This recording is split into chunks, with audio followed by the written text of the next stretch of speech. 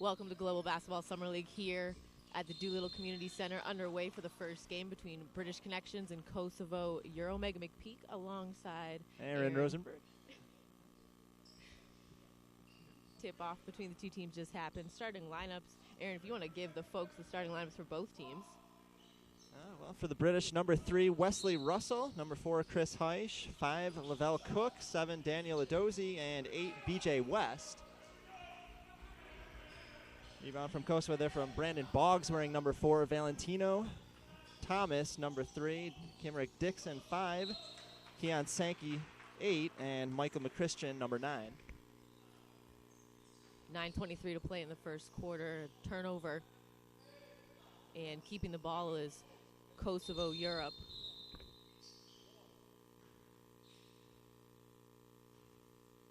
The refs having a little discussion.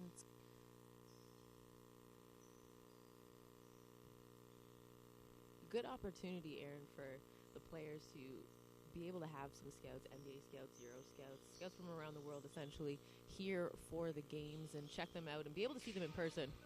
Yeah, well, both coaches actually, for the British, Gavin Love, and for Kosovo, Ricky George, both played over 10 years each in Europe, both coaching over there now and scouting. So an opportunity maybe even for these guys to stick with the coach they're playing for this week if they make the right impression. Especially, too, you can tell just by the start and the early going. A nice drive there by number 3, Wesley Russell for British Connections. You can tell just by the pace of the early going between the two coaches that you can tell they're playing that Euro style. Well, definitely an up-tempo pace. Everybody, probably a little nerves on both sides. Everybody trying to make an impression, knowing they just have 3 games to get the contract that they hoped they would leave here with. Wesley Russell missed the first one, and that's one thing that coaches are going to look for. I know coaches really want to see if you can get to the rim once you get there and you get the foul, if you can make your foul shots, because those come clutch in the end of the game. Right, and American basketball has a reputation for maybe being a little lazy at the free throw line, especially with the big men. But in Europe, you're expected to hit those shots 70, if not 80% of the time.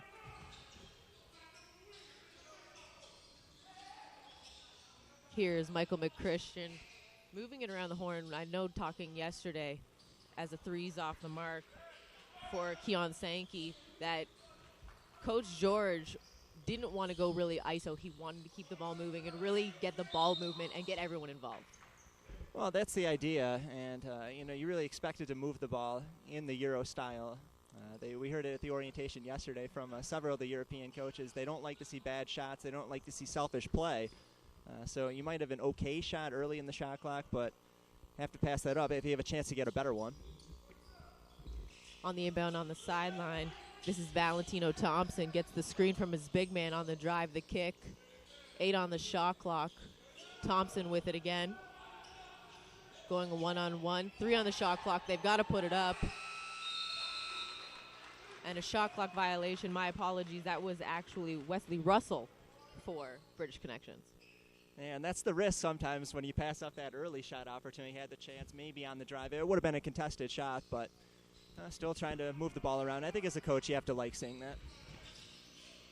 And this is Valentino Thompson running the point for Coach George. Nice pump fake getting to the hoop, and the up and under misses, but a great drive by Brandon Boggs. And Kosovo keeps the shot clock second opportunity alive, but they missed that corner 3 and up the floor. Here's British Connections. That's Lavelle Cook in the corner. Dumps it down low. Off the glass, uses it at hoop in the harm, and that is BJ West. Yeah, great ball movement there. A couple passes back and forth to get it into the paint. They want to see that. Getting it to the big man inside, BJ West. Played a little bit at New Mexico State, 6'10". It's going to be tough to stop with that quickness.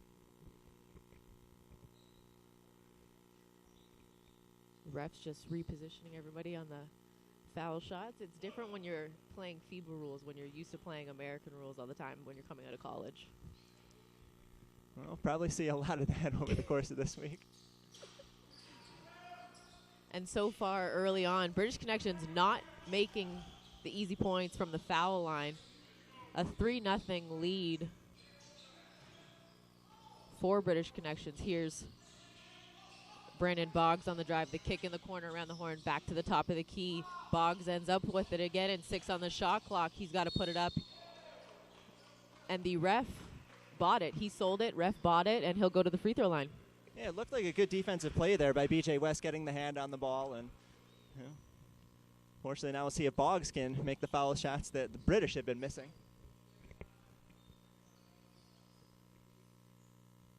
Brandon Boggs listed at 6'5" out of Western Carolina.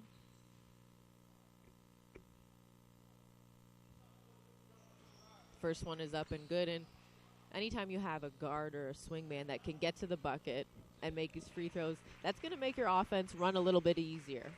Right, well, the foul shots are such easy shots that if you can get there, have to cash in on them. And good job by Boggs there, hitting his first two. I mean, how many times do you see it, either late in a college game or a pro game, a team that can't make the foul shot? Sometimes they'll blow that 10-point lead in the last 3 or 4 minutes.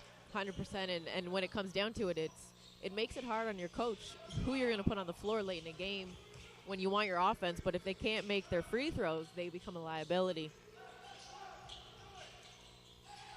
Just about 3 minutes gone by here in the first quarter. British Connections and Kosovo Europe, 3 on the shot clock. That's Wesley Russell, who had to put it up, airballed it. And I think this is where, as you mentioned, Aaron, the Euro style sometimes can be ineffective because they're so used to passing it and sharing it. They don't go for that good early shot. Well, there's a downside to every style of play. And remember, these guys, you have to cut them a little slack today. They had one practice together yesterday. Rosters still being turned over throughout the night. So some guys got a phone call this morning telling them that they had been traded, so some of these guys have never played together. Brandon Boggs trying to get his teammates with him as he's essentially been their only offense right now, going back to the free throw line. And he's very good so far at, similar to a James Harden, where he can get that shot fake and get you to bite and get the foul called. Well, I missed that one, but he looks like he's establishing himself as an early leader for this team. He wants the ball in his hand. He's going to make something happen, and the best players can create their own shot, and Boggs has been able to do that so far. And when you want to play at the pro level, that's something that a coach and a scout is going to look for. Like you said, late in a game, where's the offense going to come from? If you can create your own shot, it's going to make your job a little easier, and you might get a lot more looks. This is Lavelle Cook. 14 on the shot clock, picks up his dribble, loses it. He gets it back in the corner. Chris Heiss, Russell Wesley, and the steal. This is Valentino Thompson right to the bucket. Definitely some contact. He'll go to the free throw line, and that's a good transition off of the defensive steal, Aaron. Valentino Thompson, a very accomplished player. In fact, in 2013, he was Junior College National Player of the Year, and then took his talents to Wilmington University in Delaware. So guy who won a championship, national championship at the junior college level, used to winning, used to carrying a team.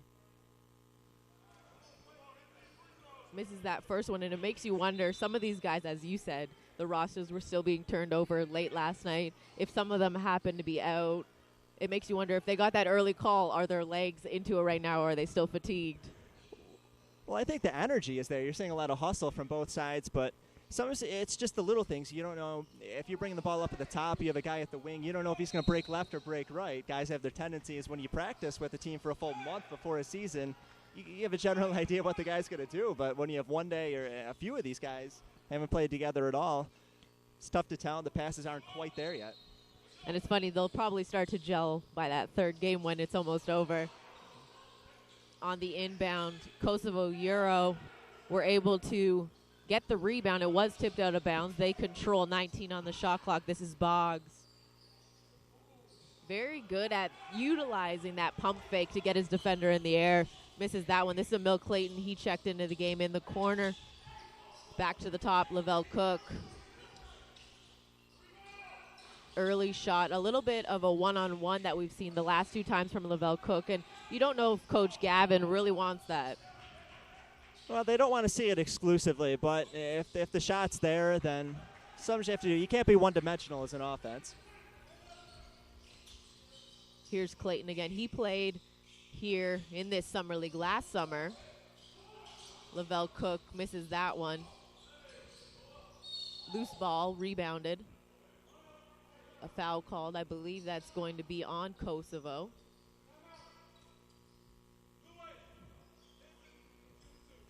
Yeah, Keon Sankey called for the foul.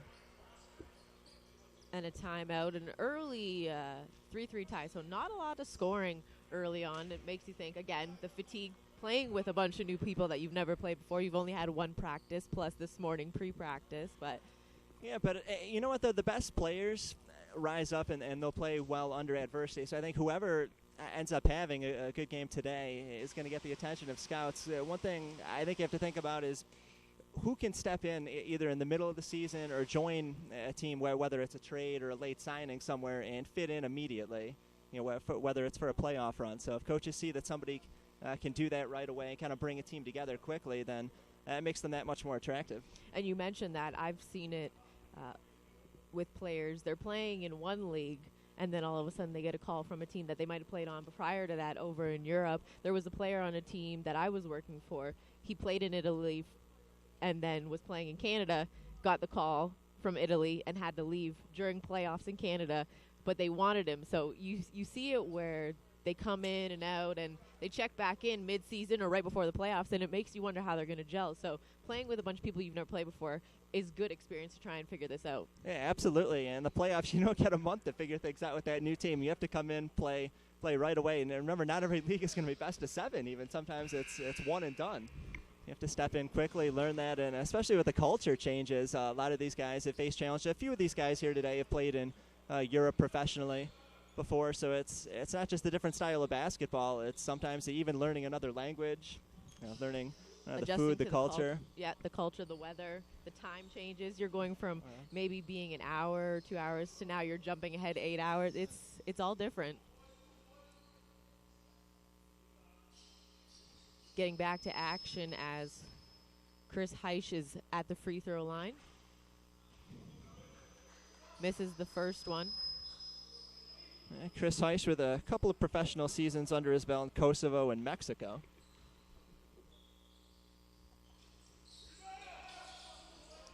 Misses both, and Boggs, again, as you mentioned, Aaron, making his presence known early on, going up for that rebound. He's done it on both ends of the floor so far. And to me, he's the guy that's going to get the most attention, at least so far in the early going from this game. And the 3 off the mark for both teams early on. They've really only been getting their points from the foul line. Well, but the other side of that is that they've been aggressive. They're drawing the fouls. So as coaches, you like to see that.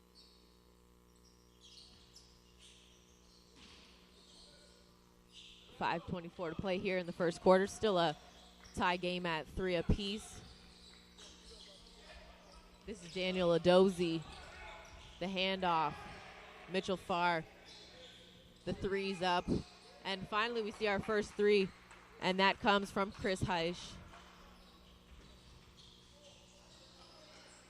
And that's something that a lot of the European teams play with. They move the ball and they have that up-tempo pace, but they also shoot a lot of 3s. Well, they're known for that, guys. Even the big men can shoot well from the outside there. Dirk Nowitzki kind of made that the prototype for guys coming over to America. And a great transition bucket of Mill Clayton finding Chris Heisch for the easy transition layup. And an 8-3 lead now for British Connections. Keon Sankey on the drive, the kick in the corner. That's Michael McChristian. And the 3's up, that's off the mark. That was taken by Valentino Thompson. Again, British Connections pushing the tempo and the ball. Here's Heisch. Misses, and Thompson comes down with the rebound. The one thing I've noticed about Chris Heisch is his shot. It's very high arcing that you don't usually see from a lot of male players. You see that more on the female side. Well, I'm not a physicist, but the softer the touch, generally the better chance you have to get that in. So Heisch tries to go down inside to his big man in Adozi, and it's tipped around and tipped out. Here's Boggs again. Nice spin move, but stripped by Clayton. Coming up with it, it's Lavelle Cook. He'll push the ball. They're going to get a foul called. That'll send Lavelle Cook to the free throw line. The only thing I didn't like about that, Aaron, is it felt like his push for the transition wasn't as quick as it could have been. at the one point, as soon as he brought it over half, it looked like they could have had the 3-on-2 advantage, and he made that extra move, and it sort of allowed the extra defender to get back. And again, and that's where not having a lot of time to play with your teammates, knowing which guy's going to cut to the basket, which one might cut to the side.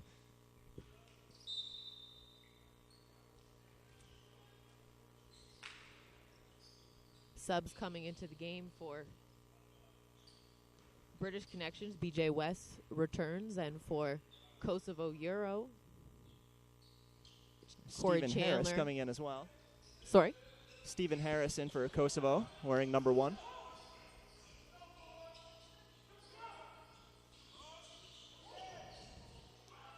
That was Harris there, made a beautiful move, and a little too excited on that one. First move of the game, and it unfortunately ends up in a turnover. Yeah, looking for Michael McChristian on the opposite wing.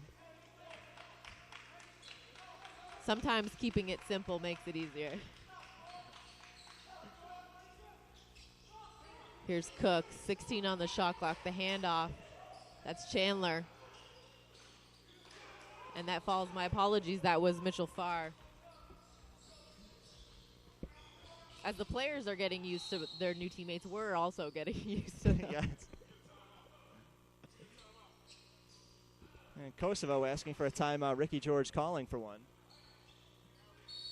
And when we return from the timeout, Stephen Harris will be at the foul line. So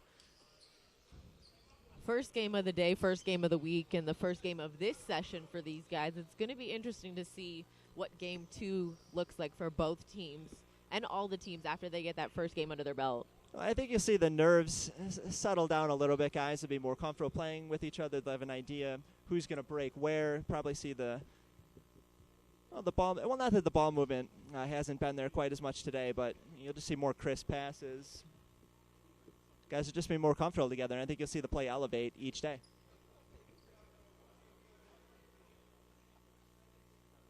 British Connections with an early 11-3 lead, 3 minutes to play in the first quarter. And aside from Brandon Boggs for Coach Ricky George in Kosovo, it was Chris Heisch for British Connections that really sparked a little bit more of an offensive push for Coach Coach Gavin Love from Denmark.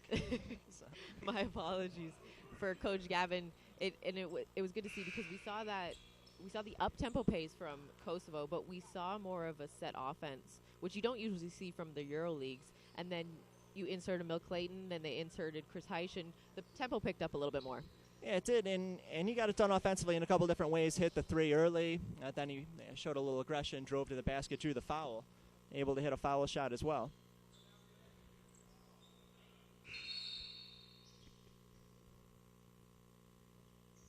A little bit of a mix-up coming out of the timeout. Stephen Harris at the free throw line, hoping to cut this lead down.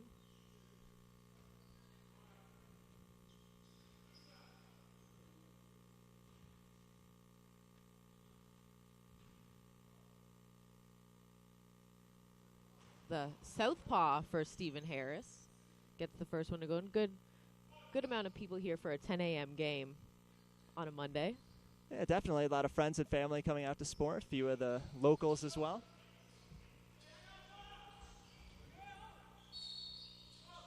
Yeah, nearly a steal from Corey Chandler on the full court press. So Kosovo down 6 now. See if they get a little more aggressive on the defensive end, try to force a turnover too. They always say when you pick it up on the defensive end and your defense gets rolling, it makes the offense a lot easier.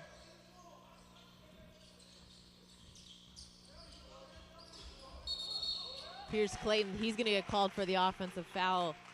And that's something that you see from a lot of point guards, thanks to the Allen Iversons of the world, and especially to now the Chris Pauls, where when they try to get by their defender, they hook them from behind to hold them to get around that corner. Right, and getting away with it's an art, but the officials have said they're going to call that, and so far they've been true to their word.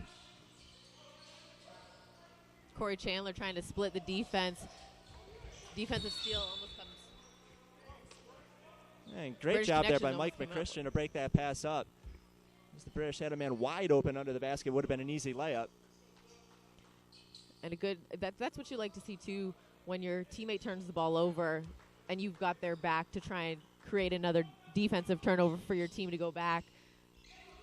And that's something that not a lot of players realize scouts want to see. They want to see what kind of teammate you are also. Right, the first stat fans are going to look at is points, but coaches pay attention to defense, so do scouts. The guys that do it are ones that are always going to have a job. On the loose ball, that's BJ West coming up with the easy bucket. The other thing they look at, a lot of people, as you mentioned, they're going to look at points, assists, but scouts will usually look at steals and turnovers before they look at your points, and also rebounding to see what you do off of the ball when you don't have the ball in your hands going to the bucket.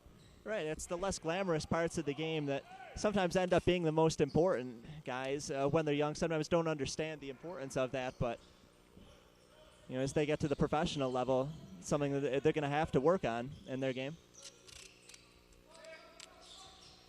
Here's Clayton, gets the screen from West, lobs it inside. Nice spin move back to the middle of the key. The fadeaway doesn't go, but he is fouled, and that's a good move for a big man to have in your arsenal, is when you get it on the low block to spin back to the middle and try and hit that little fadeaway. Yeah, you have to be able to do more than just sink your way into the basket. If you can shoot that shot falling away, it makes you a lot tougher to defend, especially at 6'10". When you're falling away, nobody's going to block that shot. And especially, too, now with the implemented back down call, you've only got that 5 seconds, so you can't do the Shaq bear crawl back to the basket type thing. You've got to add something to your game to disallow the ref to make that call. Yeah, and over the last 5, even 10 years, I think we've seen big men really evolve more as players. They used to just be kind of like giant trees underneath the basket, and now they're able to work even with the basketball on the dribble. I think that's thanks to Dirk Nowitzki. I think back to Hakeem Olajuwon, all the moves he could make with the dream shake, and yep. Yeah, obviously he's a Hall of Famer. Not everybody can do that, but shows you just how dangerous a big man who can move around is. Exactly, and it makes you think the way of the typical big man back to the basket, the hook shots, is really fading away from the game of basketball.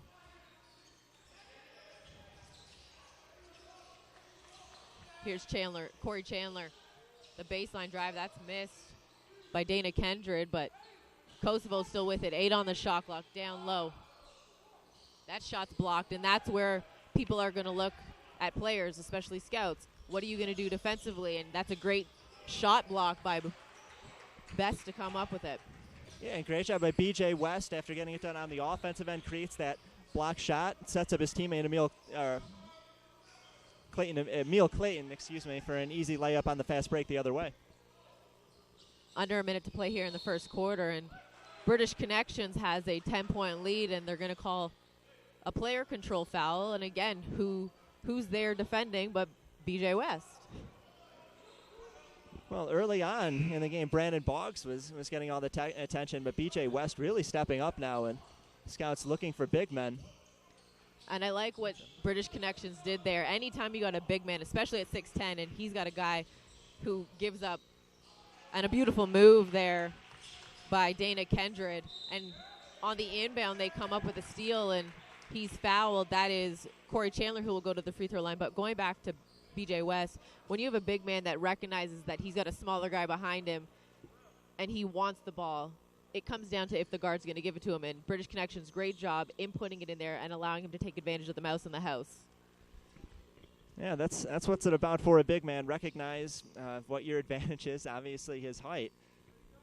Knows he's going to get a good look at the basket, and has been very aggressive.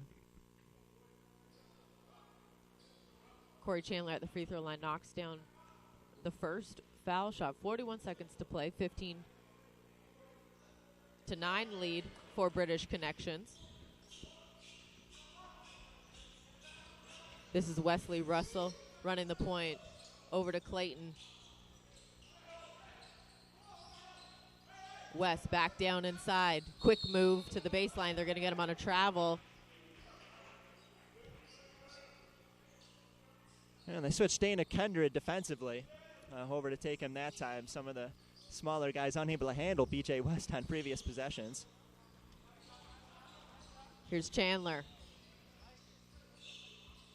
18 seconds to play. About a 1 second differential between shot clock and game clock. This is Kendred, 10 seconds on the shot clock. Still has it. He's got West on him, trying to break him down. Gets in the paint, just misses at the rim, and at the end of the quarter, British Connection with a 15-9 lead. But going back to that last play there by Kosovo Euro, I like what BJ West did. He accepted the challenge from Dana Kendred, and he did a pretty good job. At 6'10", you're going to be slower laterally, moving your feet, but he did a good job. Tried to keep him in front of him as best as possible. And at the end of the day, Kendred's just quicker. He was able to get in the paint, but the rim unfortunately denied him.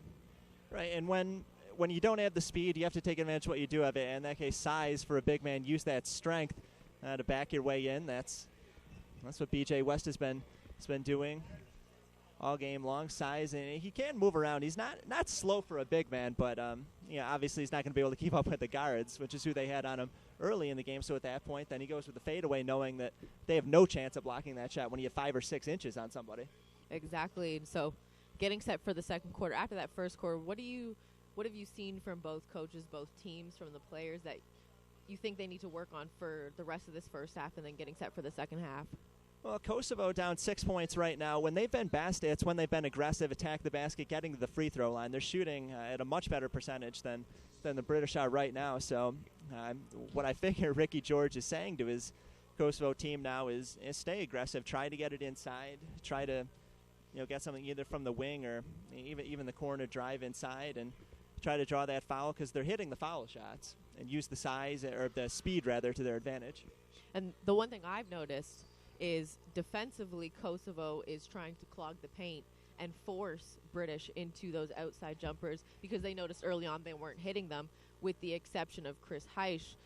Do you continue to do that, or do you if you're Coach Love, do you try to keep the penetration even though they're trying to clog the paint? Well, I think the shooting touch hasn't been quite where probably either team would like it early on. So I figure if I'm Kosovo, I give them the outside shot until they consistently hit it. Chris Heisch came out at the end of the first quarter. I figure we'll see him probably fairly soon. So you have to respect what he can do on the outside, but I don't think they're going to let BJ West rather beat them inside. I think they'll give him the outside shot. And that's something that we haven't seen from West is, can he knock down that outside shot? And if he can add that to his arsenal, or has it in there that we just haven't seen, it'll be great, because that means he's a more versatile big man, and that's what scouts are looking for, as we mentioned in that first quarter. What can you do at your height, at your size? Are you just a typical big man just with your back to the basket, or can you knock down those jumpers? We saw him attempt that little mini fadeaway, but how far out can he go? If he can start going for those 15, 16 footers, he becomes a bigger commodity. Oh, well, then you're just deadly. Then you turn into a player like Chris Bosh, right? Won 2 titles with the Miami Heat. You see guys sometimes even 6'10", even 7 feet, that can hit those 3-footers, and there's no way to stop a guy like that.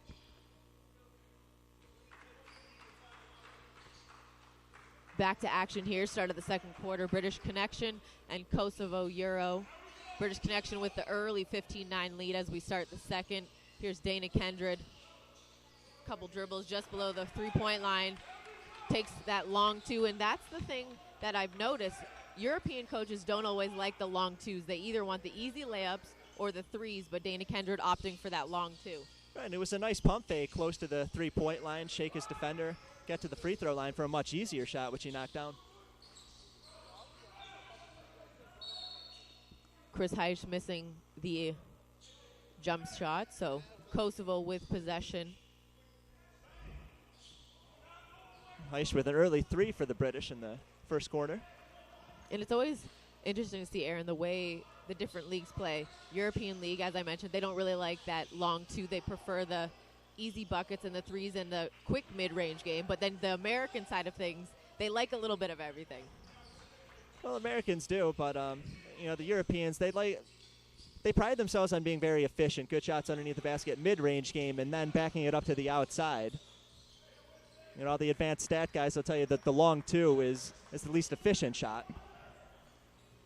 And that was Wesley Russell on the inside, and then down low, that's Brandon Boggs getting called for the travel. So British Connection will retain possession and a 6-point lead. Yeah, the Kosovo defense has stepped up a lot from the first few minutes. They fell behind early, 8 points very quickly. It was 11-3 at one point. Now Kosovo at times has gone to the full court press, backing away from it here, but able to create a turnover or two.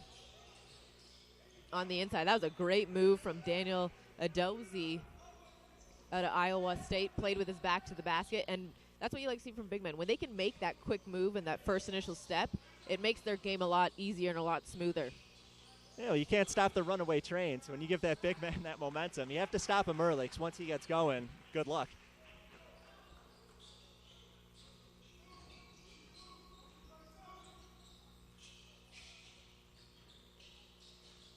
Russell running the point. Tries to go down low. That's good defense from Boggs, and they're going to get a travel call on Chris Heisch. The only thing I don't like about that set from British was Russell got the ball so low to the baseline that it allowed Boggs and Russell's defender to defend on Adozie, and he really wasn't able to get that post up clean. Well, that's the danger going to the baseline is you lose that one direction to pass the ball. It makes it easier for the defense to trap you, and it create a lot of turnovers that way. Here's Kosovo. 10 on the shot clock. This is Boggs. He'll take the three, and that falls for Brandon Boggs. And I think offensively, Kosovo needed that to spark their offense because they've been playing from behind since the start. Right, they've been playing very well defensively, really since the first few minutes, but offensively haven't had that consistency. So hitting a three can really motivate your team, pump everybody up on the sidelines. Now just a 4-point game.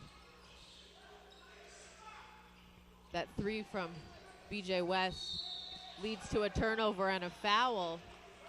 And running the floor for for Kosovo is number 5, Kimrick Dixon. Yeah, well, great. He's going to head to the foul line and get a couple of shots, but started on the other end. You saw what the three-pointer did, amp the team up defensively. They create that turnover, save it from going out of bounds, and now a chance for a couple of easy foul shots could cut it to a 2-point game.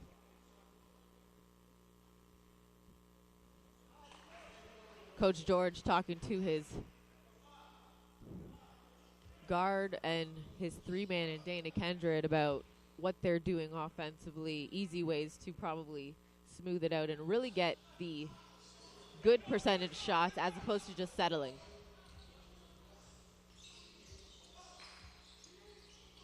They try to go down low to Adozie. Goes out of bounds. They say it stays, but the officials were converse and chat about it. And this is the first time we've seen Adozie and West on the floor for British Connection at the same time. So it'll be interesting as they overturn the ruling and say it will go to Kosovo. It'll be interesting to see if British can take advantage of having the two-man, big man lineup.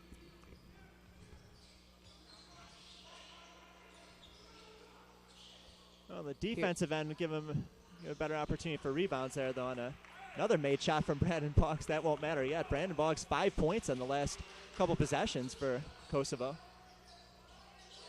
Russell, the steal, coming up with it up the floor. And the layup is good for Kimrick Dixon, and that started with defense. As I said, if you can get your defensive set ready and you can really force the hand of the other team, your offense is going to flow a lot, especially the transition game. And it all started with defense for Kosovo. They got a couple turnovers, forced some missed shots there. That gives them an opportunity to claw their way back into things. They've raced an 8-point deficit now. And between Boggs and Dixon and Kendrick, Kosovo on a nice little run here now, tying the game. And I think it started with that Boggs three, and then defensively you see, I believe it's Corey Chandler. Nope, Valentino Thompson. Defensively, he's getting into, and you love when you can see that he goes down into stance and he's clapping. You love to see that energy from a player on the defensive end, because when it comes down to it offensively, every player is going to be energized because they want the bucket, they want the ball in their hands. But when you can get that same energy defensively, scouts are looking for that. Yeah, and Valentino Thompson, a natural leader, as we mentioned earlier, won National Junior College Player of the Year in 2013, then had a successful final 2 years of his college career at Wilmington University. He's a guy, he's comfortable leading a team. He's He's been in the spotlight and willing to do it on both ends of the floor. And I think, Aaron, if the tempo can stay for both teams where it is, this should be a good first game for the fans and a good start to this week's action. Here's Clayton, the screen from Cook. That's Heisch at the foul line. The jumper, that's off the mark. Loose ball coming up with it is Keon Sankey. And now British trying to pick up in a full court man-to-man. This is Kendred. That three's off the mark. On the rebound, though, great crash of the boards from Kimrick Dixon, and he's been inserted in the game and has had an immediate impact. Yeah, great hustle on that play. See, the shot was going to go long off the right side of the rim. Hustle in and get past a taller defender for an easy putback. British Connection moving the ball around the horn. Clayton ends up with it. 6 on the shot clock. The pull-up jumper. That doesn't fall. Adozie trying to save it. Russell saves it, but into the hands. Here's Kosovo up the floor. And Boggs is fouled hard by Clayton. And in that situation, Clayton had no choice but to save a layup and go for the foul. But that was just great ball movement in transition from Kosovo. Right, coast to coast, and we're seeing now as the team gets a little more comfortable together. Still only the second quarter these guys have played together, but starting with Valentino Thompson, long pass across the court, and Boggs finding his way underneath the basket. Outstanding game for him so far.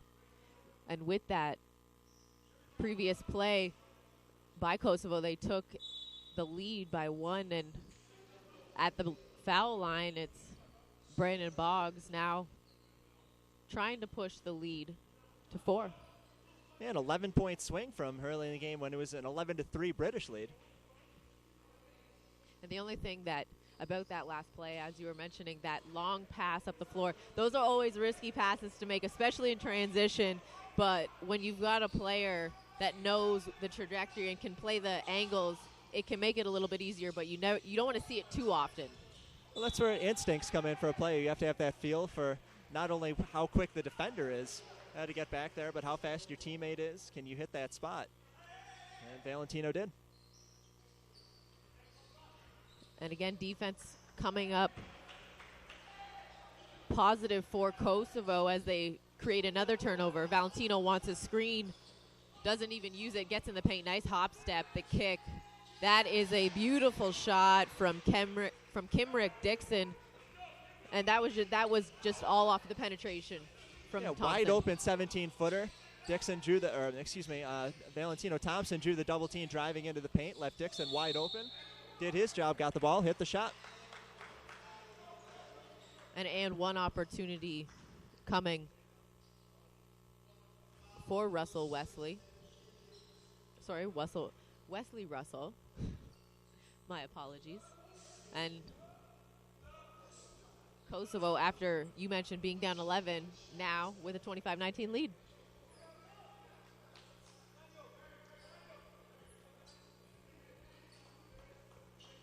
Michael McChristian coming back in for Kosovo, wearing number 9. BJ West coming in for British Connection.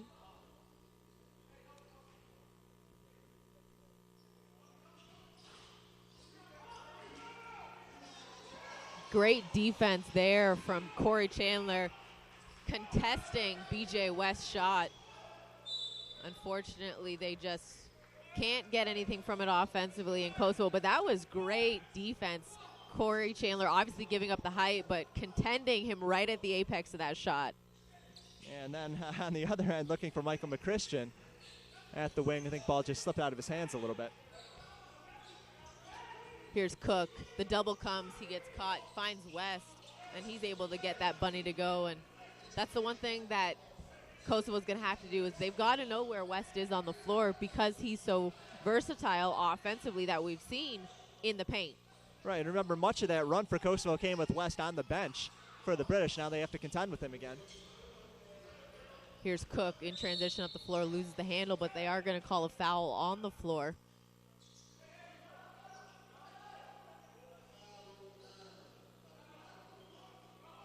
British trying to tie the game at 25 as they've cut this 6-point deficit down to 2. 4 minutes to play here in the second quarter. Global Basketball Summer League here in Las Vegas, Nevada. That three's off the mark, and the rebound falling into the hands of Valentino Thompson. This is Stephen Harris.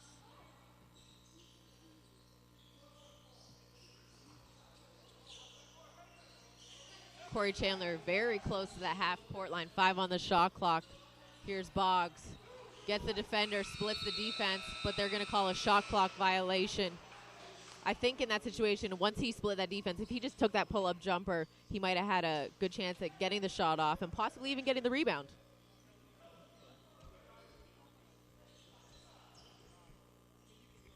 Now Kosovo going back to the full court press worked for them a little bit in the first quarter, forcing a couple turnovers.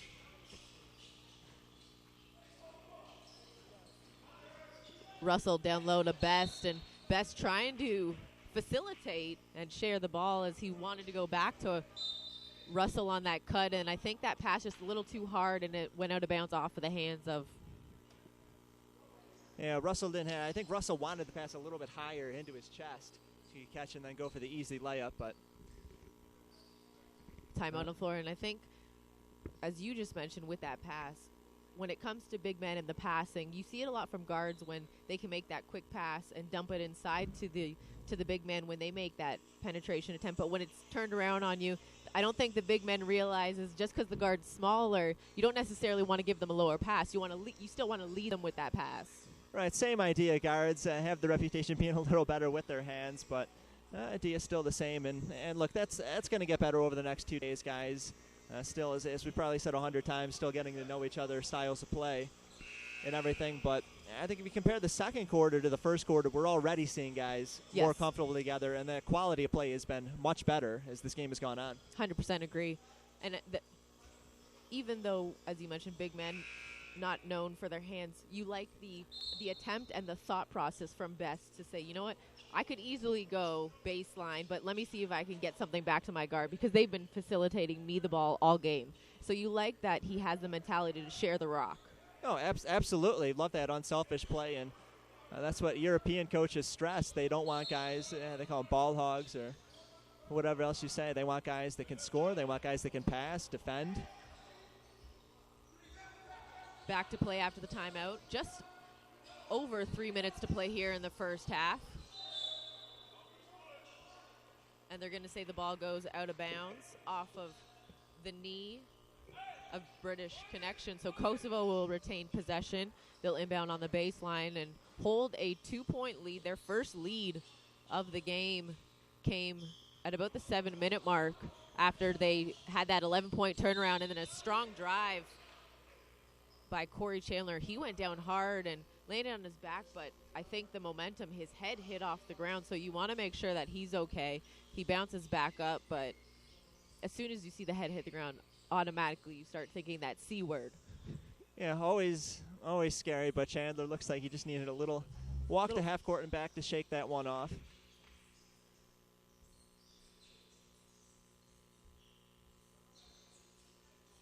All the guys using their sneakers to try and wipe up the sweat.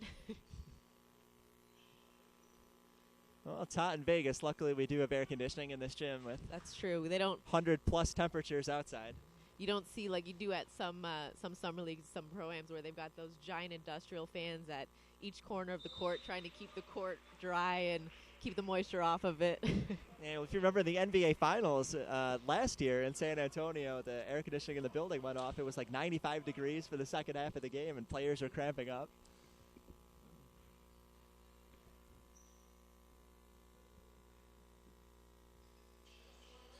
Corey Chandler, after that fall, able to get up, walk to the line, and knock down both free throws, pushing the Kosovo lead to 4. Strong take from Wesley Russell. And that's something, actually, in the last, I would say, 2.5 minutes that we haven't seen from British Connection is penetration to the hoop from the guard play, not dumping it inside and getting it that way, but the full guard penetration from the perimeter. Yeah, and that was working from them early on when they got 11 points the first couple of minutes, so good to see them going back to that. The British did struggle with their foul shots early on. Russell able to knock down the first one as number 5, Kimrick Dixon, and number 6, Dana Kendred return for Kosovo Euro and Coach Ricky George.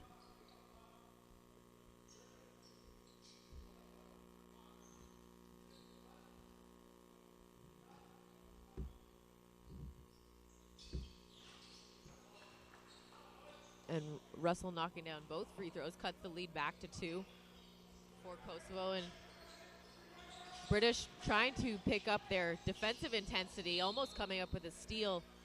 But it's almost like they've got Wesley Russell trying to force the ball handler side to side into a trap almost. Here's Thompson, the screen, split the defense. That's Kendred from 3. Bounce around, misses, and West comes up with a long rebound, and on the outlet pass, he's fouled.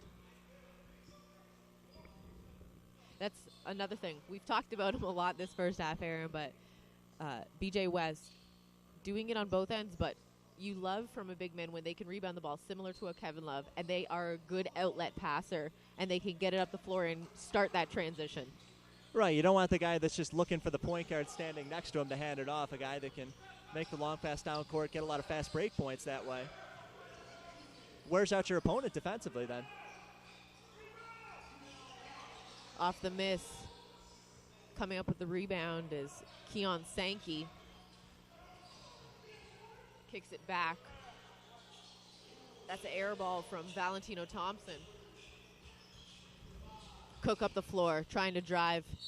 And a good job defensively from Michael McChristian to get both paws on the ball, not go for that reach in and call that jump ball. Oh, that's a skill, being able to go for that ball without grabbing the arm. And oh, what a play by Michael McChristian. All the momentum going against him, able to wrap that ball up, not let it go. Daniel Adozi checks back into the game for Coach Gavin Love, and British Connection, he replaces BJ West. So what we saw towards the end of the first quarter was both West and Adozi playing together. Coach Love opting to not go with the double big man and just simply swap them in and out.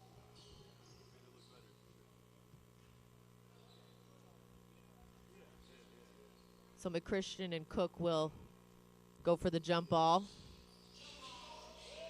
British Connection coming up with it, and a travel's called on Russell.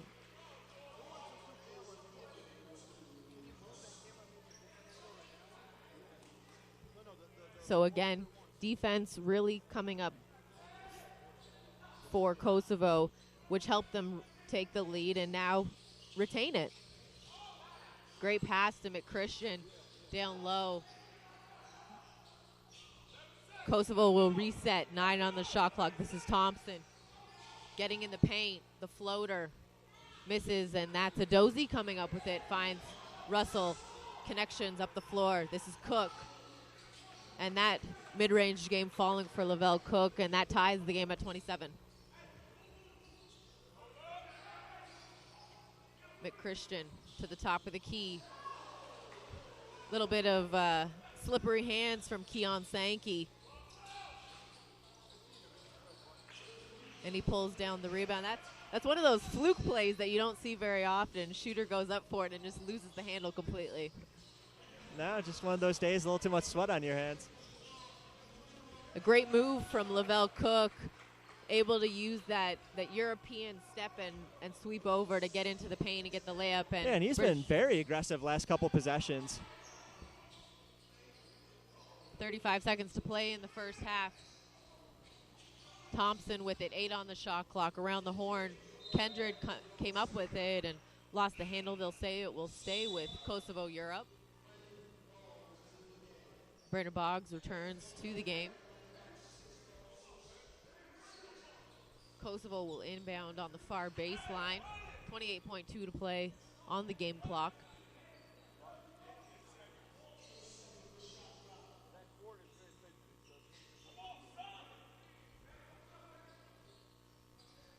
And if they can shoot within 4 seconds, would have a real quick chance for a 2-for-1. on the inbound. That was, as you mentioned, if they can shoot it within the 4 seconds, they can have that opportunity for the 2-for-1, and McChristian able to get it off the glass. That was very close to a 5-second violation on that inbound, and Lavelle Cook on the drive. They call a foul on number 5, Kimrick Dixon. Tried to go for that same play that we saw earlier from McChristian, but the last few possessions, offense really has gone through Lavelle Cook, and a couple outside shots from the baseline, now attacking the rim on this one. Draws the foul. Chance to retake the lead for the British.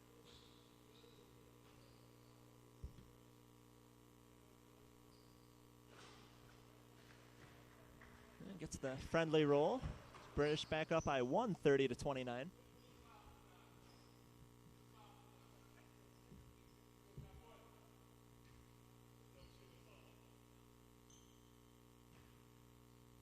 And it's good to see Cook now have his footing. We saw him in the first quarter as he knocked down the second one. It seemed like he was a step behind, but it's good to see him now clearly in his motion. Yeah, he's been the leader offensively for the team here in the second quarter. Here's Thompson, 8 seconds on the clock. Kendrick on the kick. Dribble just below the three-point line. It gets that to fall. They're going to call it a long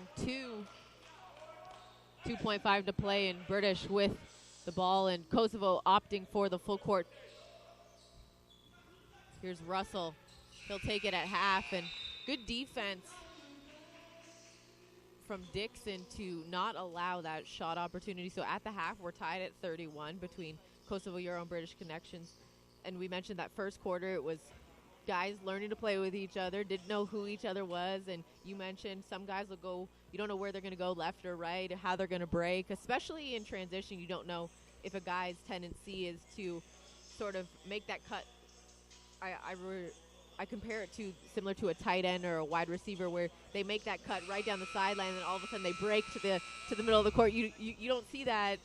You don't know what they're going to do. And then the second quarter, we see them get their footing, and you can tell they're gelling a little bit more. So it's going to be fun to see the second half. Yeah, right. In the first quarter, sometimes the ball would go one way, and the guy intended to receive it was going the other. So a lot of turnovers in that first quarter. But now everybody starting to gel a little bit. We're seeing the teams establish themselves offensively and defensively. Second quarter owned by Kosovo. As we mentioned a couple times, erased an 11-3 deficit early in that game. So an 8-point swing at this point. Actually took a 4-point lead.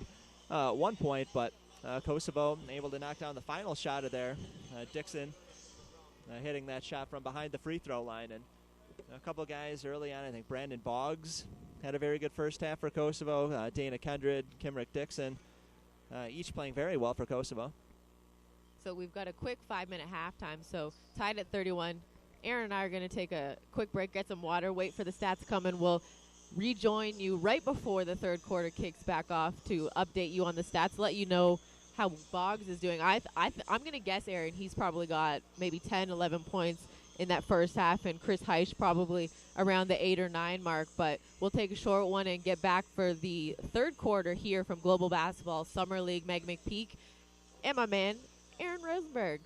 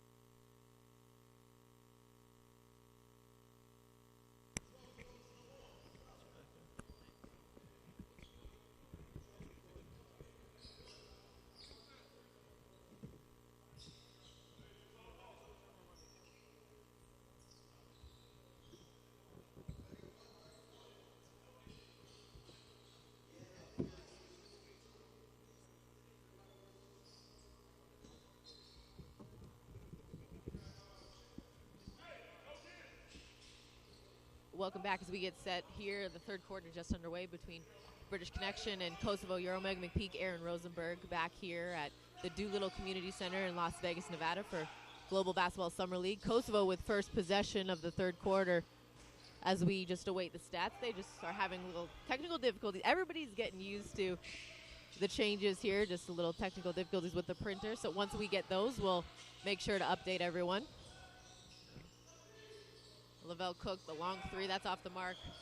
Loose ball tipped around, coming up with it. That's Valentino Thompson up the floor. That's Kendrick for the easy one-handed slam. And I actually had the pleasure of getting to know Kendrick a little bit this past fall. He was picked up by one of the teams in Canada, so I was able to talk to him at training camp and stuff like that. And he's very sneaky when it comes to the transition game. He looks like he's going up for a layup, but all of a sudden it's a one-handed throwdown. So very athletic player. You're going to see him by my count, the first dunk we've seen today. That's true. First one comes in transition, and it took until the third quarter of the first game. So especially at a summer league like this, you expect a lot of dunks to happen, but it's nice to see, and it's refreshing almost to see that the coaches are actually forcing the guys to really play through sets. Well, the Scots are looking for the fundamentals, so I think guys are trying to show that, able to hit shots from a little bit further out. Tied back up at 33.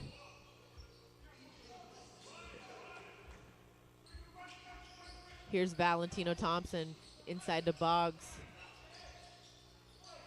If they got the swing, this is Kendrick.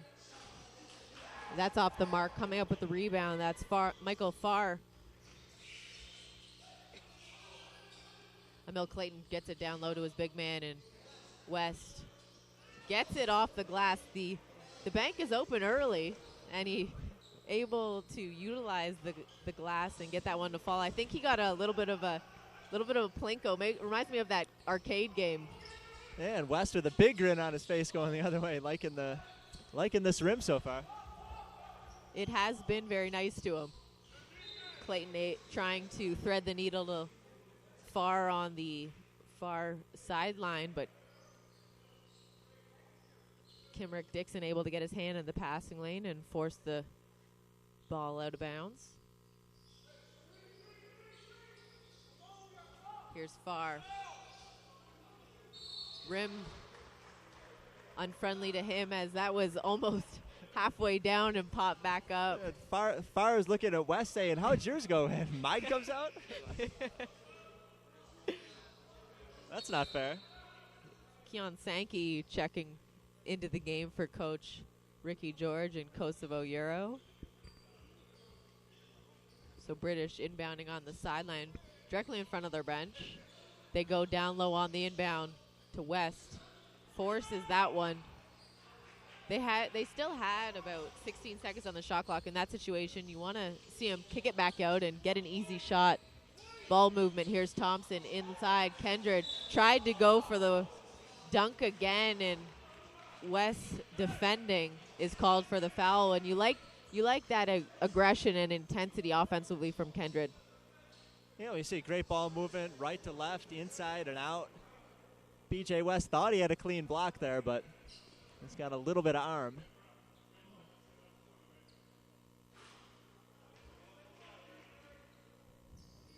All right, for Kosovo as an offense, when they move the ball that quickly and so efficiently, it makes it tougher on the defense to get the positioning they want. If they move it a little slower, maybe BJ West is exactly where he needs to be, and he gets that clean block without the foul. But at the end of the day, that's why coaches like the ball movement, because it catches the defense off their footing of where they should be. On the drive, Lavelle Cook, they're going to count the bucket, and he'll go to the free throw line. And a lot of traffic in the key there. I'm surprised the official knows who to call the foul on. Again, that's Cook, who played very well at the end of the second quarter. Aggression again, and chance for the end one. Not able to convert that and one. Here's Kendrick. He gets it back at the foul line. Got West in the air, gets it back. Good movement here from Kosovo. Coach George not happy. He wanted Sankey to go right to the bucket with that one. He'll take the long three instead, and that air ball's right into the hand of Mitchell Farr, and Coach George not happy. And then a layup missed at the other end by West, and Kosovo got lucky in that situation, but you could tell just from the reaction of Coach George, they had the ball movement really close to the basket, and they don't even attempt a shot. You can't be happy about that if you're Coach George. No, you have to take the good shot when it's there, especially late in the shot clock. You saw with only, I think it was 4 seconds, they had to throw up the long two there, and then not getting back defensively, caught a break there when BJ West missed the layup. And then he was good for them in the first half, and he continuing his attack. That's Brandon Boggs on the drive. And I like that he knows how to use his angles, as Coach Gavin Love wants a timeout, but Boggs is using his angles based on his defender that time, notices that he's got a bigger Adozi coming at him, so he floats it, gets that arc higher in the air, and you like that mentality game from a player because you know that they're not just going to go for the bucket. They're going to try and utilize it to their best advantage of how they can get the bucket. Right, and that comes in all different forms, whether that's burying your shot, the pump fakes, which we've seen a couple good ones already today. Knowing whether a defender has the tendency to break left or right, and something that comes with time as the course of these couple days go on. So after having an early lead in the game, British Connection went down. I think the biggest deficit that they looked at was about a 6-point deficit in that second quarter, and now they're looking at a 1-point lead. So it's good to see, especially the first day of action, and guys playing with each other for the first time. It's good to see the back and forth of both teams really fighting for and jockeying for position in this game on who really wants to take it. Right, and one thing to remember is that the coaches and guys running this league have all said that the teams that win, we're going to promote you guys. So that kind of forces guys to maybe take a little bit of the attention off of the individual side, focus on winning. Because remember, scouts are always going to be impressed by teams that win. That's true at any level of basketball. And especially too when you play that team game, as you mentioned, scouts are going to be impressed at it. And if you're looking at a guy individually and they may not have the numbers that as fans we think, oh, he's going to go somewhere, that might not be what the scouts are looking for. If you can win as a team and you were part of that and you had impact, you know that you're going to get looked at. When you look at Golden State Warriors winning a championship this year, they did it as a team, and at the end of the day, teams win championships, and that's what scouts are looking for, of who's going to be a team player to come into their organization.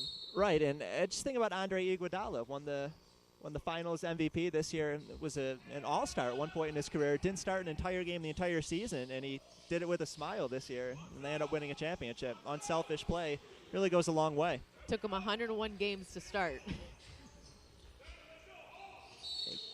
And Kendrick getting to the bucket. And I like that from Kendrick, showing his strength, because a lot of players don't realize that when you're down low and you're in the paint and you take contact, you still have to have the upper body strength to be able to still make a shot attempt. Kendrick there, definite contact and still able to get the bucket, the ball to the bucket. Doesn't get it, but you like that intensity, and it shows his versatility as a player. All right, that's where you need the size and strength, and sometimes guys are afraid to work too hard on one because they think you give up the other.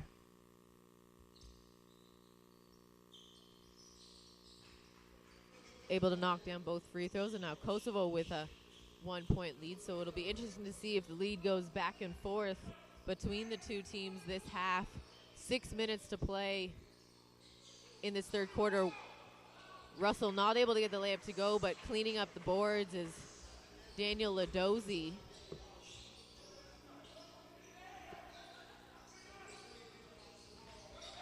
Here's Thompson around the horn. Boggs ends up with it. Strong dribble to his right. Misses the shot, though. But Kosovo coming up with the rebound. A new shot clock. Here's Boggs, and they're going to get Wesley Russell on the reach-in foul. That was a great move by Boggs. He noticed that Adozi was coming out but closing out slowly, and he was able to utilize that one power dribble, just not able to get the shot to fall.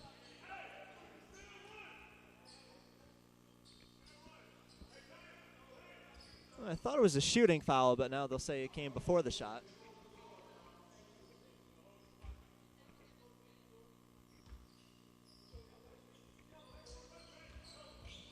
On the inbound, they go down low to Boggs. He's got Chris Heisch on him, a turnaround jumper. Beautiful shooting stroke from Brandon Boggs today. Yeah, and again, and there's that good arc on the shot, able to get it over a taller defender on him. Wesley Russell, top of the key, the kick. This is Heisch for three. That falls, but they're going to say his foot was on the line and call it a long two. A 42-40 lead for British Connection. Just over 5 minutes to play here in the third quarter. McChristian with it, 13 on the shot clock. The drive, the kick in the corner. This is Kendred. He misses, but he is fouled. They're going to give him a three.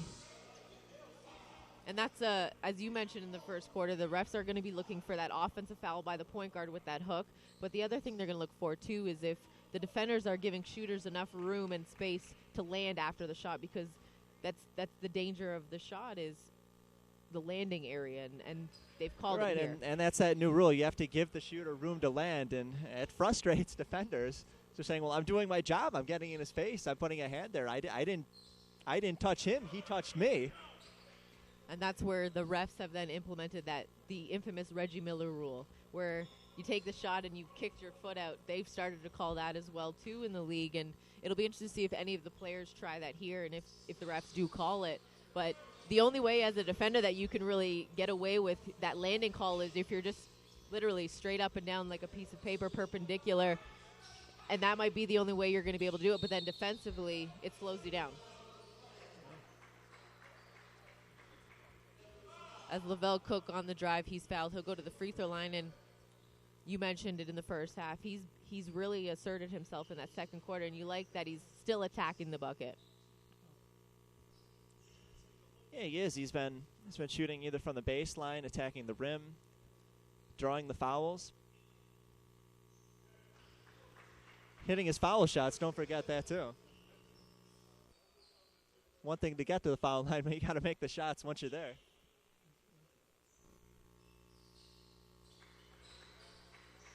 Able to knock down both, ties the game back up at 43. And they're going to get Russell on a foul from behind. Corey Chandler just stopped in his tracks, and unfortunately, Russell just ran right into him from behind.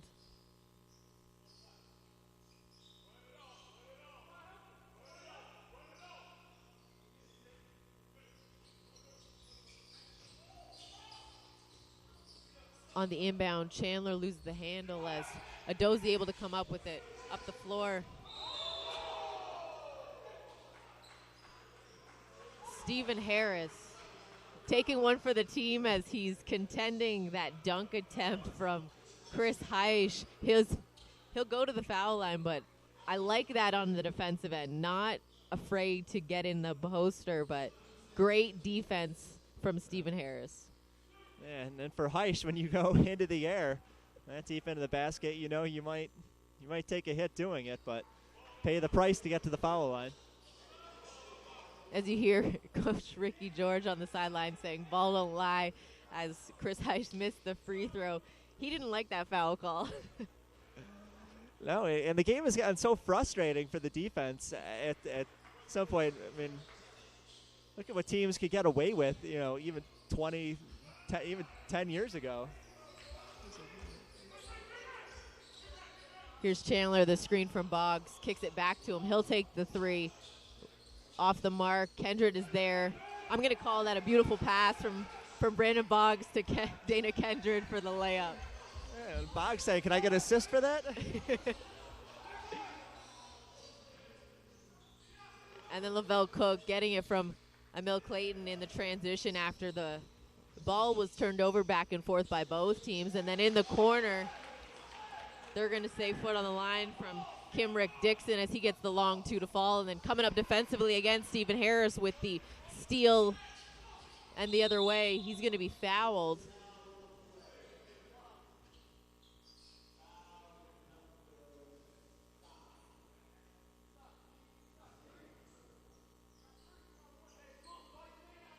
Lavelle Cook called for the foul.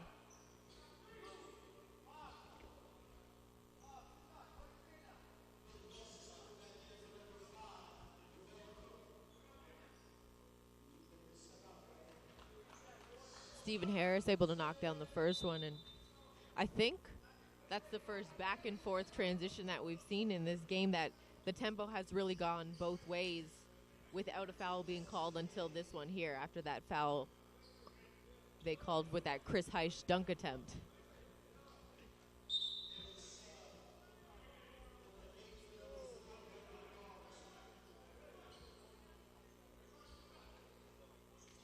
Boggs will get a breather for Kosovo.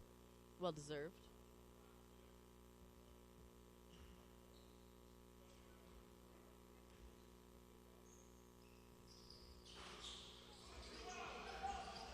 Harris misses the second free throw but gets his own rebound. And Coach George telling his team to go for one instead of an early shot. Here's Kendred. Nice ball handles, misses the layup. Adozie coming up with it. He's doubled and finds his point guard in Clayton. Here's Heisch. They're going to get him on a travel.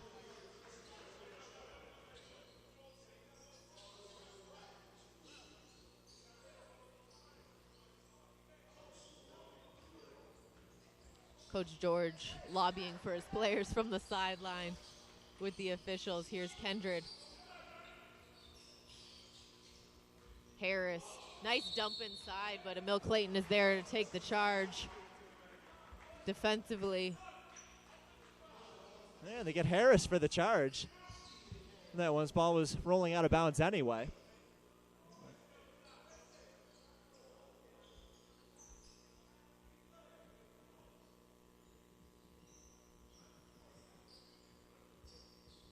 A 2-point lead now for Kosovo Euro, 48-46.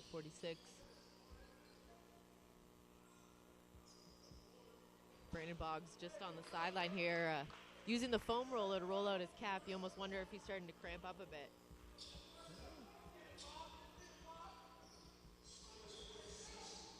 Here's West, the handoff. Heisch with it. Losing the handle, comes back up with it. This is Adozie over to Emil Clayton. 8 seconds on the shot clock. Clayton driving. And the refs will give him the foul. So that'll reset the shot clock back to 14. And defensively, that's got to be frustrating when there's 4 seconds on the shot clock and the ref bails out the offense with the foul call. Oh, it's the worst. You think you've done your job for 20 seconds, and then it all slips away just like that. And West able to muscle the ball up and in, and he'll go to the free throw line. We haven't really seen much from him in this third quarter, much from what we saw in that first half, but it's good to see that he's still sticking with it and asserting himself on the defensive end.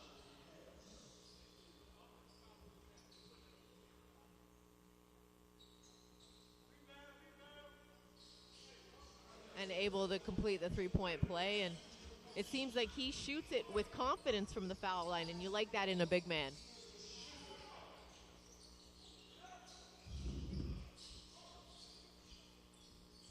That was Chandler missing that turnaround jumper, and Wesley Russell back over the half-court line for British. Adozie in the corner. This is Heisch. That three's off the mark. Adozie there to clean up, though. He's fouled. And Coach Gavin Love opting to go back to the two big men on the floor, the same rotation. And it almost makes you wonder if he wants to utilize them for the rebounding ability. Well, there's a case in point right there. Adozie with an offensive rebound chance now for a couple of foul shots.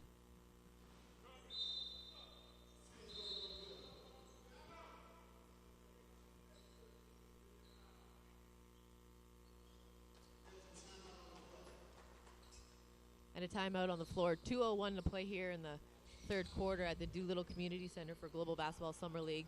British Connection and Kosovo Euro right now. British with a 1-point lead, 49-48 in the third quarter. And both teams have really kept their tempo that we saw in that second quarter. Once the team started to gel a little bit more after, as we mentioned, they only had about a 45 minute to an hour practice yesterday, each team, and they had a little bit of time to practice before this game. But it's good to see that the players are getting used to each other now. Yeah, and you can tell that the ball movement has been a lot better. You've seen even the nerves are settling down, definitely higher shooting percentages since the early going. Teams kind of establishing what they want to do now. Which you mentioned a minute ago, the British now putting two big men in there trying to win the rebound battle on both ends of the floor. When it worked out so far, Danny Ladozi quickly got an offensive rebound, got himself to the foul line. And when you look at the two rosters, clearly with Adozi and West, Kosovo Euro is definitely undersized, but their athleticism has been able to keep them in the game on the boards and on the glass on both ends, and utilizing their quickness defensively to create turnovers. Right, and particularly on the fast break opportunities, they get a quick rebound there. Even the guards have gotten a few rebounds. Valentino Thompson, when he gets it, he's immediately looking for that long pass down the court. And a great drive there from Kimrick Dixon, able to split the defense. Both him and Coach George wanted a foul call for the N1, but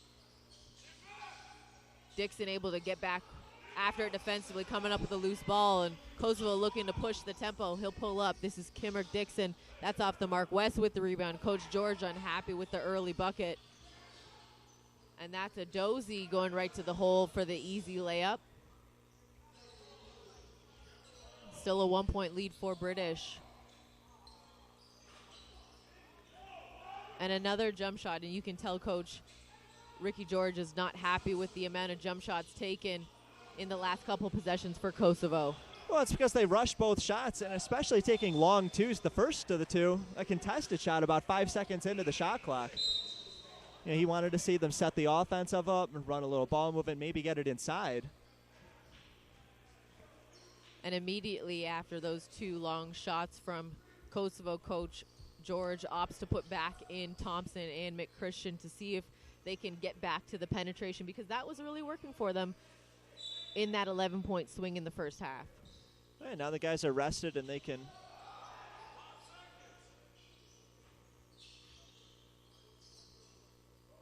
on the inbound. This is Cook for three, and that falls for Lavelle Cook. And we mentioned him a lot in that second quarter, finally got his footing, and it's good to see him now attempting that outside jumper.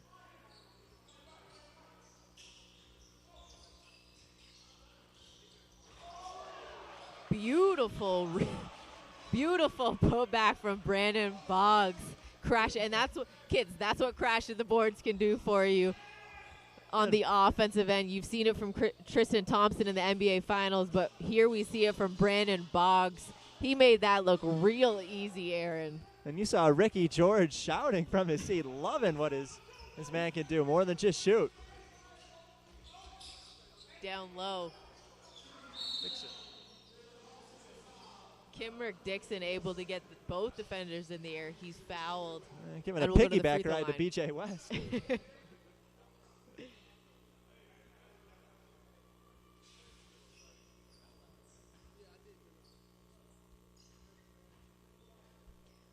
So Dixon will go to the free throw line. 21.8 to play here in the third quarter. Not only did Boggs surprise his coach, he surprises me a bit with that. You don't think from a player that out of nowhere when they show you their athleticism, it really throws you off when you haven't seen it from them all game. Yeah, well, we saw him work outside a lot, and then just boom, there he is in the air, slamming it home.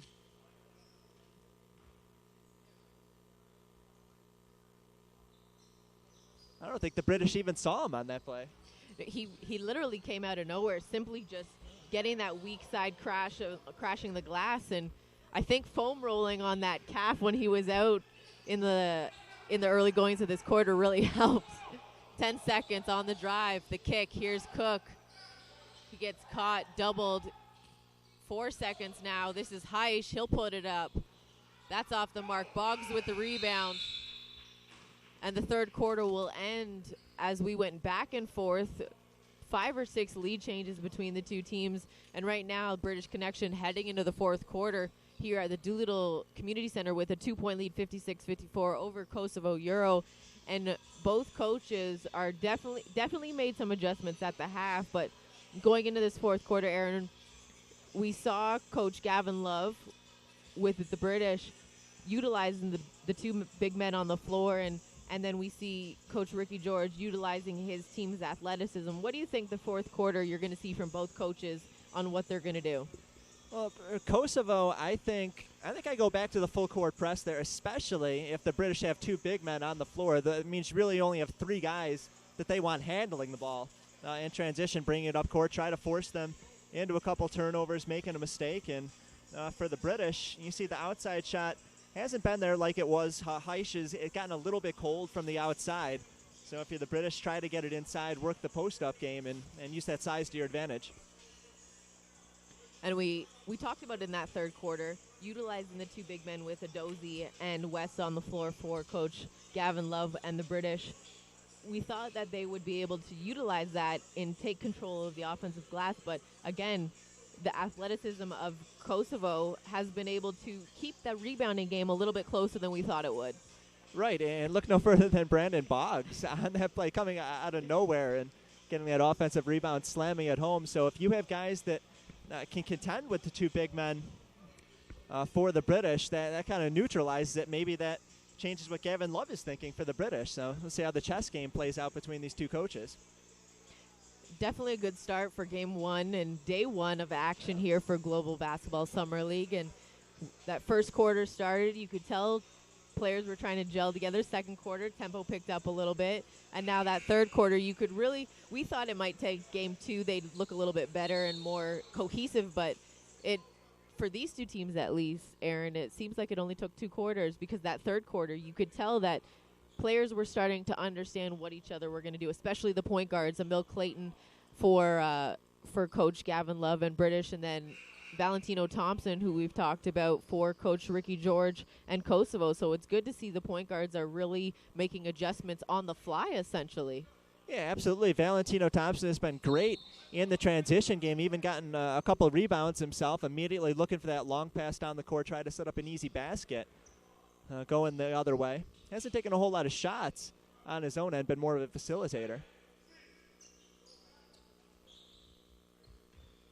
And Kosovo is going to use the full court press. And they're going to force the British to have someone else other than Emil Clayton bring the ball up. Here's Chris Heisch in the corner for 3. That's off the mark. On the rebound, Coach George wants an over the back on BJ West, and it looks like he's going to get it.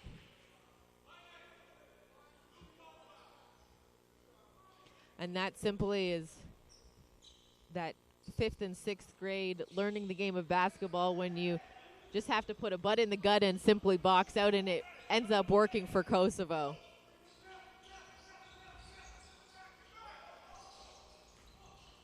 On the kick, McChristian into the corner. That is Dixon for 3 off the mark, but offensive rebounding. Here's Valentino Thompson on the kick out. He misses again. Another offensive rebound for Kosovo. And although they're undersized, they're really crashing the boards offensively. Right, and Gavin Love has to be furious on the British side. He puts a couple of big men out there thinking he's going to dominate the rebound battle in the fourth quarter, and now a third chance for Kosovo offensively after guards grab a couple of offensive rebounds. Sankey on the drive. He's fouled. He'll go to the free throw line. And when you look at the rosters, Aaron, you've got Adozie and West at 6'8" and 6'10" respectively. And the only player on Coach George's team that is close to that, standing at 6'9", is Jamarcus Holt, but he is not here. So I'm wondering if he was one of the players who was traded late last night among teams. And if you're Coach George, you're almost wondering, why was he traded when he was my only big man? But they've fended for themselves very well offensively and defensively on the glass. Yeah, well, size is going to be a challenge for Kosovo throughout this tournament. I mean, we've seen that they don't have a true center, but they have been able to make the most of what they've had in terms of size. But when your tallest guy is 6'6", 6'7", you're going to have to be that much quicker underneath the basketball to make up for not having the longest arms and legs. That's where your defensive rotations are really going to come into play in helping the helper and making sure everybody's in their position. And they've been able to do it so far this morning. That 3 in the corner missed from Kimrick Dixon.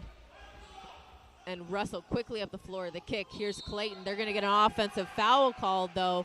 And this is, again, the defensive rotation. I just mentioned it. They're very undersized, but they're rotating at just the right moment to be in the right place at the right time. Right, and that's anticipating where the ball is going to go, trying to read what an offense is going to do. So it kind of becomes a thinking man's game. So Kosovo will retain possession. Down 156-55, 8.5 minutes have got to go here in the fourth quarter. And now British trying to pick up a little bit in a full court man-to-man, put a little bit of pressure, take some time off the shot clock. Here's Thompson. Risky pass cross court to the corner. McChristian trying to use the glass, but doesn't get it to fall, and that's West coming down with the rebound. Here's Clayton on the drive, gets to the bucket. That one falls for Emil Clayton. And right back at him is Valentino Thompson missing the layup there. West with the rebound.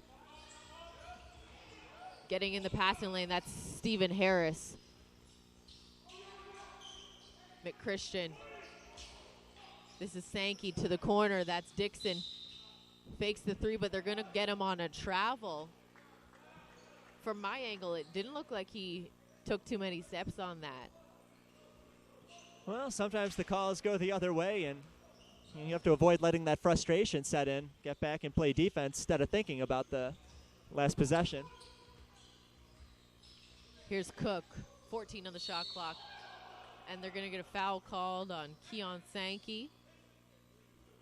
So Lavelle Cook will walk to the foul line. 7:37 to play here, and Coach Gavin Love and British Connection with a 3-point lead.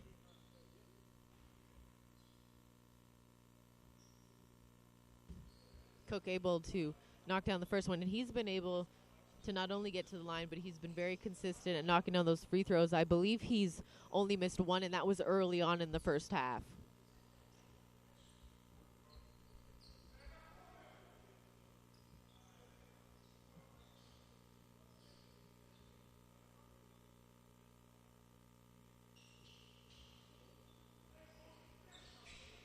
Boggs coming down with the rebound off of the miss from Cook. You almost wonder if I jinxed him on that second shot.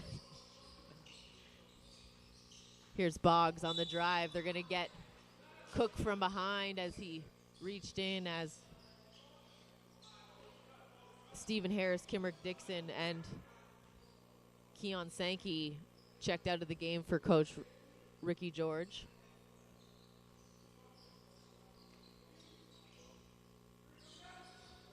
Thompson and Boggs, a little pick and roll into the corner. That's McChristian. The kick, Kendred, and he gets that to fall in.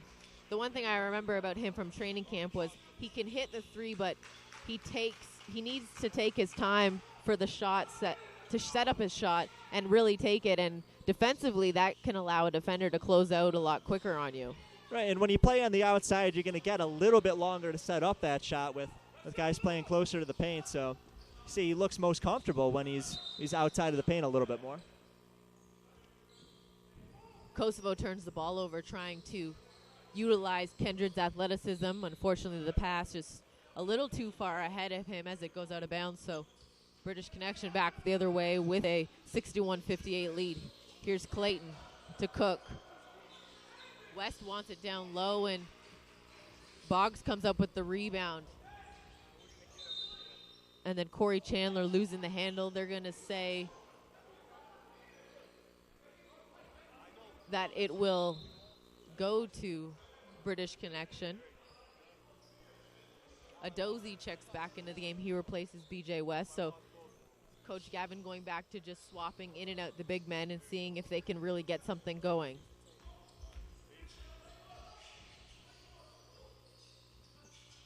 Here's Russell. Cook. He'll take the three. That does not fall, but Adozie trying to keep it alive and does. Finds his point guard in Emil Clayton. So a new shot clock and a second chance opportunity for British. Clayton, a nice move in the paint. The kick. Here's Heisch for three. And that high arcing rainbow three from outside, but they are going to say it's a long two as his foot was on the line. And that was all from the penetration of the point guard, Emil Clayton. Boggs trying to answer, and Heisch coming up with the rebound. In transition, losing the handle. They're going to call a foul. I think they're going to get Mike McChristian on that.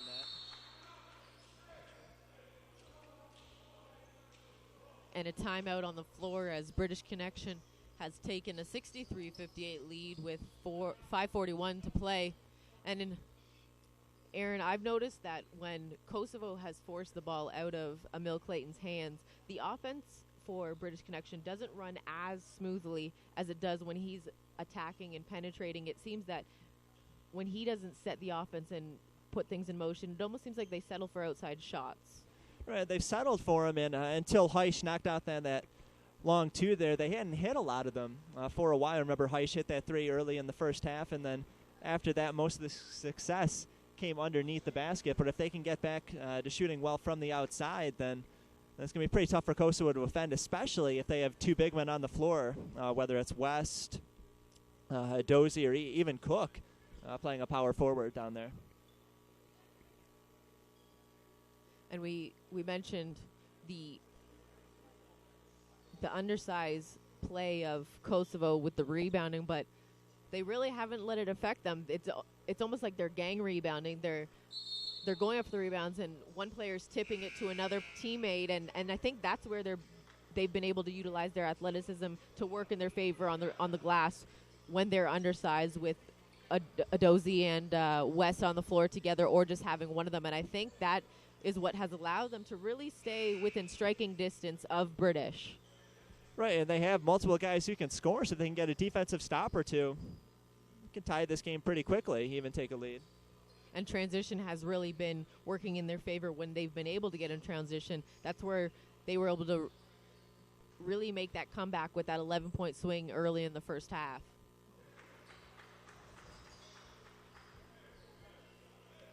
Chris Heisch at the foul line after that timeout knocks down the first one.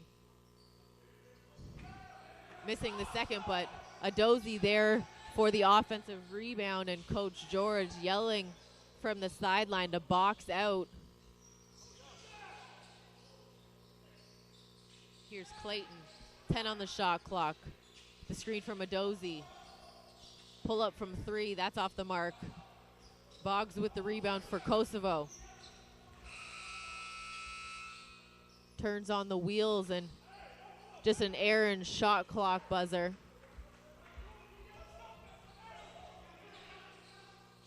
Coach George yelling from the sideline to the officials, they've got to stop the play if the shot clock is not reset and still goes off. And he is technically right if it doesn't reset, but you've got offensive possession. The officials have to stop play and have it inbounded on the sideline.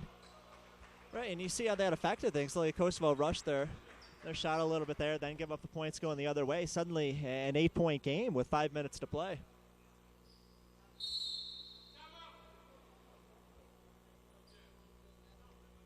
And a timeout called by British, and Coach George wanted to ask something to the official, but the official was able to get away. So. And that, as a coach, Aaron, that's got to be frustrating when, especially too, because he's coached in FIBA, he knows the rules, and even though they were in transition and moving, like you said, it showed that Kosovo rushed their offensive game plan because they thought that there was a shot clock going off. Yeah, well, you saw it there, and obviously on a fast break, I don't think anybody thought 24 seconds had gone by, but still, it does kind of affect things when you have that in your ear. But now you got to put it behind you, say, okay, what happened, and time to go make a run. They've already come back from 8 points down early in the first half. They even took a lead at 1 point early in the second half. So did it once, they can do it again. Coach George able to get a explanation from the official, and I believe if I could, I took my headset off to see if I could hear a little bit, and I think his explanation was because they were in transition in a fast break sequence, that's why they didn't stop the play, because in that situation, a coach, if you stop a fast break and they get a bucket and the official blows the whistle, a coach is going to be more upset about that than what did transpire. So I think because the shot attempt was made, or sorry, they made a shot attempt, that's why the officials didn't stop anything. But had they just slowed it down and started their set, the official, he said, I would have made the call. But he did admit that Coach George was right. Yeah, And I've always thought being an official is the toughest job in sports. Nobody knows your name unless you get something wrong. I think that's why you and I are on the sideline calling the game as Valentino Thompson gets the layup to go and not wearing the stripes on the court, officiating it.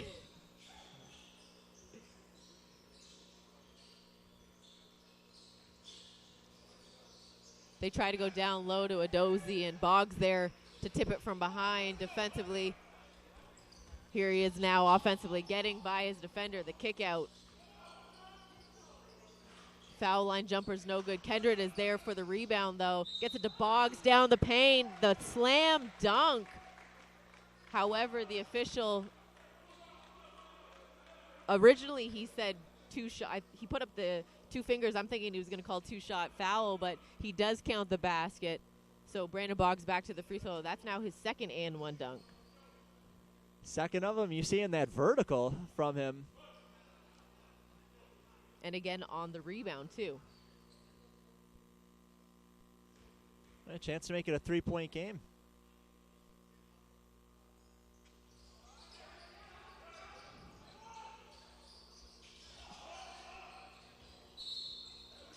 So after play transpired there, Brandon Boggs misses the second chance opportunity, but this guy's been everywhere, crashing the boards, and nobody's really put a body on him, missing his foul shot, but getting his own rebound. Right, an offensive rebound there from Boggs. Then Kendrick gets another one. So despite being undersized, Kosovo really battling hard on the glass. Kendrick able to convert the first one.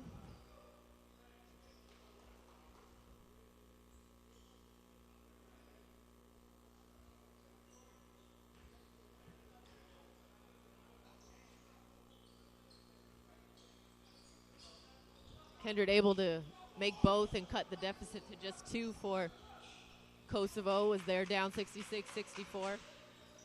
Valentino picking up in the full court. Clayton, the screen from West. Adozie, and you got a little 2-man game from the big guys going high-low offense. And if I'm Coach Love, I'm encouraged to see Adozie playing well at the top of the key, getting an assist like that. And Emil Clayton in transition, they're going to get a blocking foul, so Clayton will go to the free throw line for the 3-point play as he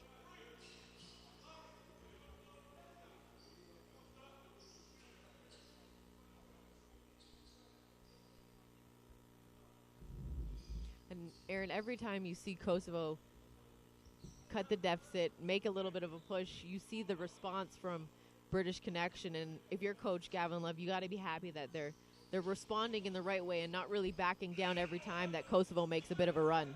Yeah, absolutely. The 8-point lead had gotten cut down to 2, but no panic on their end. Now scoring on their last 2 possessions, back to a 7-point game. Here's Thompson, the kick, Kendrick in the corner.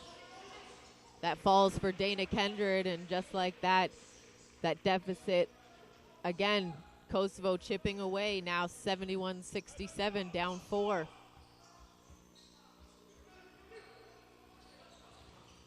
Russell using the screen, the kick. Here's Heisch. They go to Adozie, top of the key. Kendrick comes up with the steal. Up the floor, McChristian, over to Boggs, throwing it down. That's 3 dunks now for Brandon Boggs. Yeah, and he is carrying this team offensively, rebounding, dunking. It's everywhere. Down to a 2-point lead now for British. Clayton, screen from Best. The pull-up jumper that falls. That's a long 2 foot on the line. Deficit back to 4. Thompson, nice spin move in the paint. That was a beautiful move, utilizing that spin move, getting into the paint and then making the attempt. and Coach Ricky George wants a timeout, and it's going to be interesting. I think with 2:36 to play, 4-point lead for British, I think what it's going to come down to is really that point guard matchup on both ends between Clayton and Thompson, and who's really going to get their team involved and utilize the penetration. Yeah, and two different styles of play for each of those point guards. Valentino, more of a pass-first guy looking to create those opportunities for his teammates. Clayton has been his best when he's on the attack, trying to get the foul line, get the easy baskets underneath. But two key players to look at the rest of the way, and see what Boggs can do, too. He's come on very strong in the second half. 3 dunks, number of offensive rebounds, and I think they're going to look to him to help claw away at these final 4 points standing between them and taking this lead again.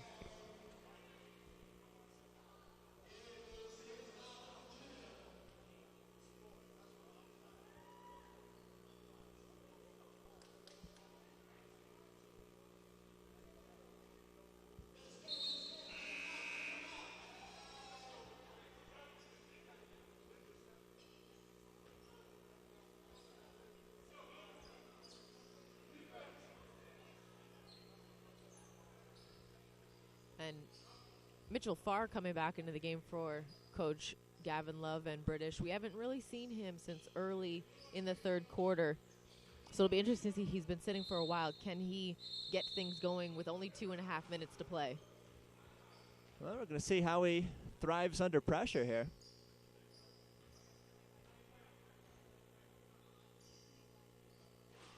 See the British sticking with the 2 big men. If they can do that 2-man game a little bit more, that high-low offense, that could be something that Coach Gavin Love utilizes the next couple of games if they can get that timing down. They were able to get it down that one time, and it looked beautiful. Yeah, especially when they have big men who can hand the ball at the top. Dozie finding West underneath the basket. West handling the ball behind the key here. Clayton, and just an errant mental mistake by Boggs as they pick him with the foul.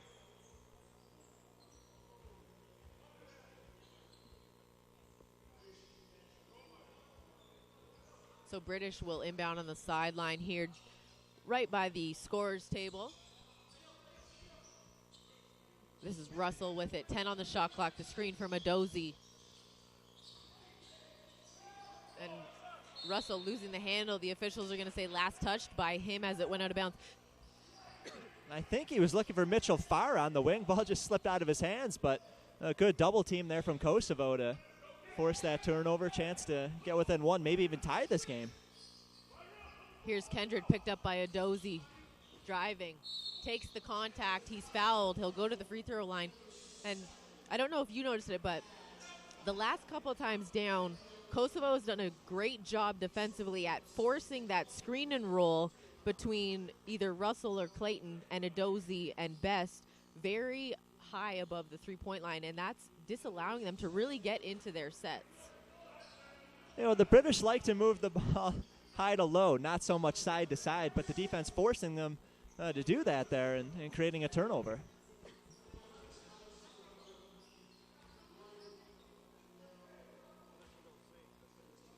Dana Kendrick at the free throw line. Cuts the lead to 273-71 in favor of Coach Gavin Love and British Connection. Under 2 minutes to play. Here's Russell, the kick to Cook.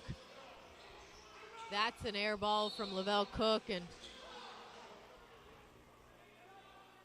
as it goes out of bounds, it was last touched by Kosovo, so British will retain possession. After that air ball from Cook, they're able to get a freebie here. Only 10 to shoot.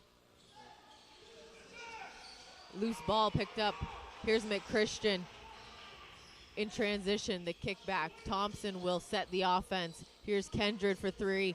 Gets his man in the air on the drive. Off the glass, count the bucket, and that's a great decision. You got the big guy coming out at you at 6'10". Little pump fake, get him in the air and go right by him. All right, once that big man comes up, he's not coming down. So get around him Instead of taking the three, which would have been contested, fight your way into the basket. Easy 7-8 footer. Now a chance to take the lead.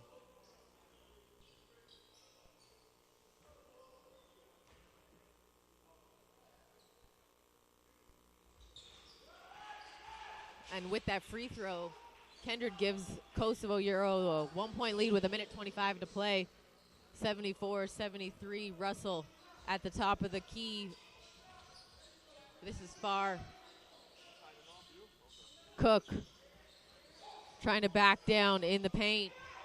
Down low, and West just left completely alone. Easy two-handed dunk for him. The British with another 1-point lead here. Thompson to McChristian in the corner, around the horn. Thompson ends back up with it. On the drive, flips it up, misses. West with the rebound, under a minute to play. And Coach George just grabs his head in disbelief that Thompson misses that layup. The kick, here's Farr in the corner. That three's off the mark. The rebound by McChristian up the floor. Here's Boggs. Almost losing the ball. Kendrick able to control.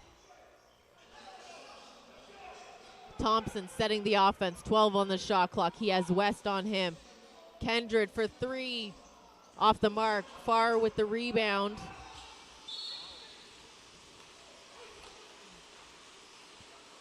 And they're going to have to foul to stop the clock. 75-74 lead for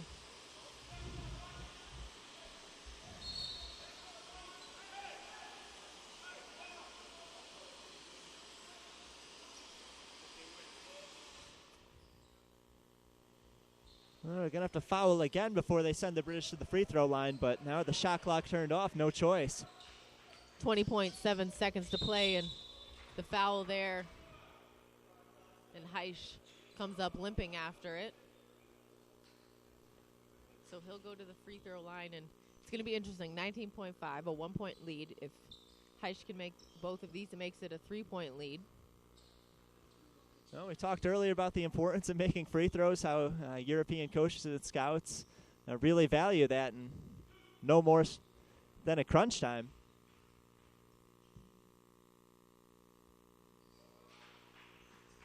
Misses the first.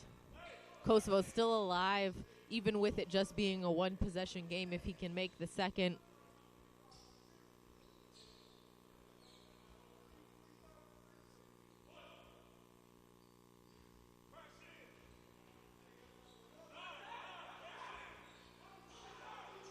Misses both with the rebound. That's Kimrick Dixon. Yeah, and he was immediately fouled by Heisch, perhaps a frustration foul, though, after missing 2 foul shots. Could have pushed it to a 3-point game, forced Kosovo to take a lower percentage play. Try to crawl back into this, and now with Kosovo in the bonus, Dixon heading to the foul line.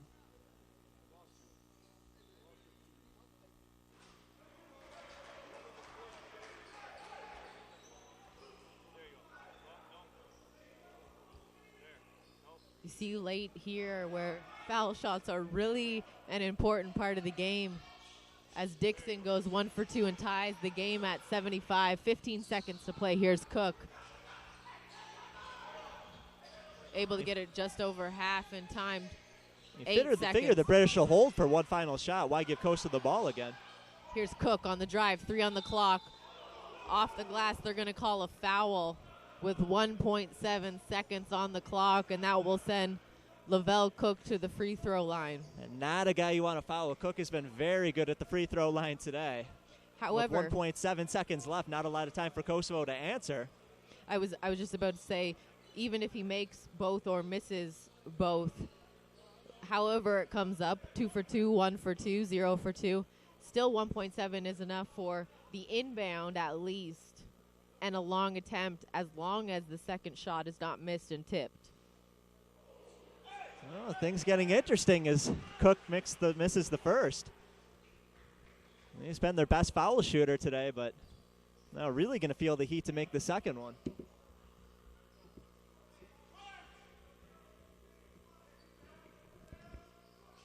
Cook's second up is perfect, so British with a 1-point lead now, 76-75, only 1.7 on the clock. And time now for Coach Ricky George to draw up his Hail Mary for Kosovo. And it's going to be interesting. Do you go for a three, or do you make that attempt at the drive and the easy bucket, or the layup attempt if you're Coach George? Well, I don't have time for more than maybe 2 dribbles, so I think you probably just take the best look that's there. Some of that's going to depend on how the British choose to defend it, but definitely the guy who catches the ball is going to be one taking the shot. No time to pass it around once it's inbounded. And this is, I think, where Coach George not having a guy over 6'6" comes into play, because you can't make that lob towards the bucket and hope for a tip-in. If you were Coach Gavin Love, on the other hand, with Adozie and Best being at 6'8" and 6'10", you can do that. But on the other hand, your tallest guy is 6'6". It's a little harder to do. Yeah, absolutely. And I think because of that, you figure it is going to be an outside shot. So 1.7 to play here, the fourth quarter. 76-75 lead for British Connection. It's been a back and forth, up-tempo game for both sides. So the trigger man will be Kimrick Dixon right here in front of us between the scores table and Kosovo's bench. Stephen Harris on the floor, Dana Kendred, McChristian, and Boggs on the floor.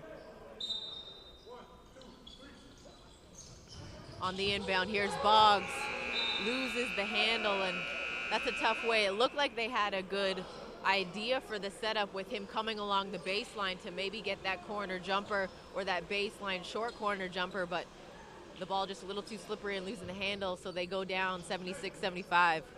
And to me, it was almost like Boggs thought he had a little bit more time than he really did. Looked like he wanted to put the ball on the ground, take a step back, create a little separation for that shot. But you have to credit the defender Adozie on that play for sticking with Boggs throughout there, getting around the screen coming from Kosovo. Adozie stays with him, forces Boggs to try to take that step back, get a better look. Wasn't the time to do it. Boggs lost the ball, and British going with the defensive stand, win the game.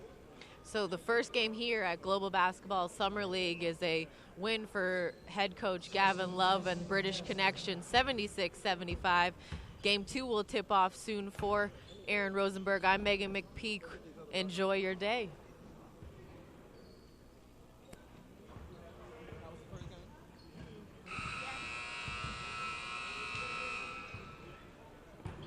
Is your mic tied?